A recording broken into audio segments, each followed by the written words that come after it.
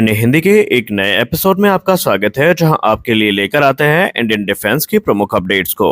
और इस वीडियो की शुरुआत करेंगे F-15EX को लेकर आई एक रिपोर्ट से। हम सब जानते हैं कि MRFA को लेकर के जब से भारतीय वायुसेना की तरफ से बयान दिया गया है तो चर्चाएं तेज हुई हैं और यहां पर अटकलें लगाई जा रही हैं कि कम से कम समय में MRFA का जो रिजल्ट है वो आ सकता है।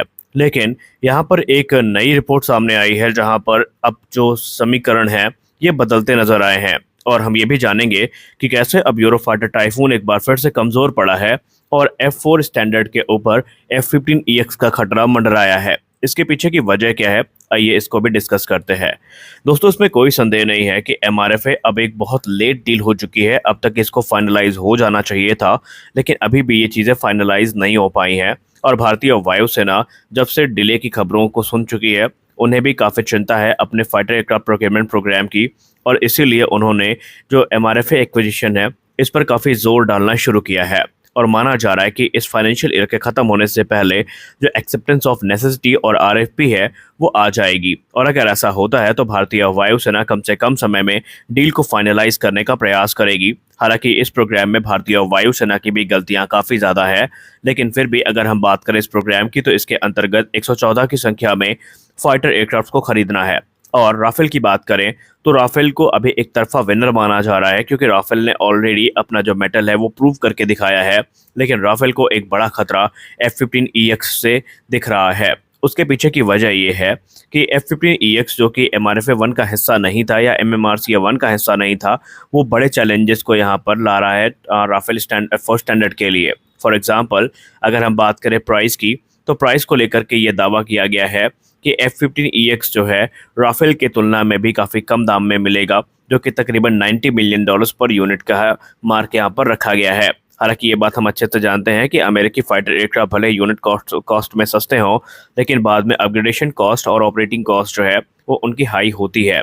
लेकिन अगर हम बात करें MRFA के संदर्भ में, तो F-15EX को लेकर के बोइंग बहुत एग्रेसिव है और उन्होंने एक के बाद एक जो अपग्रेडेड ऑफर हैं वो सामने रखे हैं। फॉर एग्जांपल, पहले F-15EX को भारत के सामने रखा गया था और वहां पर जो माइनर TOT है उसकी बात की गई थी, लेकिन अब यहां पर एक काफ़ी ज़्यादा अट्रैक्टिव पैकेज सामने रखा गया है।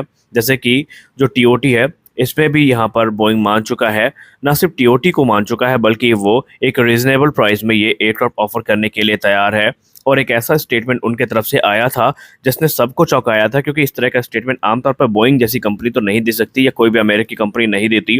वो ये है कि इंडियन मेड वेपन सिस्टम का जो इंटीग्रेशन है उसको वो राजी हैं। इसके अलावा जो इंडियन मेड सिस्टम्स हैं इनके इंटीग्रेशन के लिए वो तैयार हो चुके हैं। इंडिया की स्पेसिफिक जो कस्टमाइजेशंस हैं इससे भी बोइंग को कोई प्रॉब्लम नहीं है।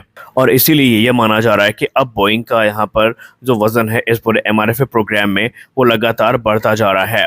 हालांकि जो US एयर फोर्स है वो तरंग शक्ति एक्सरसाइज में अपने F-15 ईगल को लेकर के आएगी। ये एक मल्टीनेशनल एक्सरसाइज होने वाली है, लेकिन इस दौरान भारतीय वायुसेना के जो एक्सपीरियंस्ड पायलट है वो F-15 को एक क्लोजर लुक देंगे और उसके बारे में जानकारी प्राप्त करना शुरू करेंगे। हालांकि आप F-15 ईगल को और F-15EX को कंपेयर नहीं कर सकते, क्योंकि बहुत सारे यहाँ पर चेंजेस किए जा चुके हैं। जैसे कि एवियोनिक्स पूरी तरीके से लगभग चेंज हो चुकी हैं। इसके अलावा नया जो मिशन कंप्यूटर है वो इंट्रोड्यूस किया गया है। कई टेक्नोलॉजी F-15EX जैसे F-35 से बोरो करी गई हैं। तो वही बोइंग का ये दावा है कि हथियार के मामले में भी ये एयरक्राफ्ट काफ़ी पावरफुल है। इसमें 20 एयर टू एयर मिसाइल का ऑप्शन उपलब्ध रहेगा और ये एक ही बार में अलग अलग मिशन को एग्जीक्यूट कर सकेगा। हालांकि भारतीय वायुसेना का डिसीजन जो कुछ की फैक्टर्स हैं उन पर डिपेंड करेगा, जिसमें कॉस्ट होगा, कैपेबिलिटी होगी और लॉन्ग टर्म सपोर्ट होगा। और अगर ये सारी चीज़ें कोई एयरक्राफ्ट मीट करता है तो वही इस MRFA प्रोग्राम में विजेता घोषित किया जाएगा। हालांकि एक चीज़ आपको बता दें कि चाहे बोइंग हो चाहे डसॉल्ट एविएशन हो, इन सब के सामने पहले एक समस्या थी, वो थी लोकल मैन्युफैक्चरिंग की। लेकिन भारत ने अब कंफर्म कर दिया है और आपने वाइस एयर चीफ का जो बयान है वो तो शुरा ही है, जहाँ पर एयर मार्शल सर ने ये कहा था कि अब हमारे लिए आत्मनिर्भरता न सिर्फ एक ज़रूरत है बल्कि ये हमारे लिए एक महत्वपूर्ण विषय भी है जिसको हमें आगे लेकर चलना पड़ेगा। और आपको उनका बयान याद ही होगा जहाँ पर उन्होंने कहा था कि रशिया यूक्रेन युद्ध ने हमें एक चीज़ तो सिखा दी है कि हम किसी पर आंख बंद करके भरोसा नहीं कर सकते।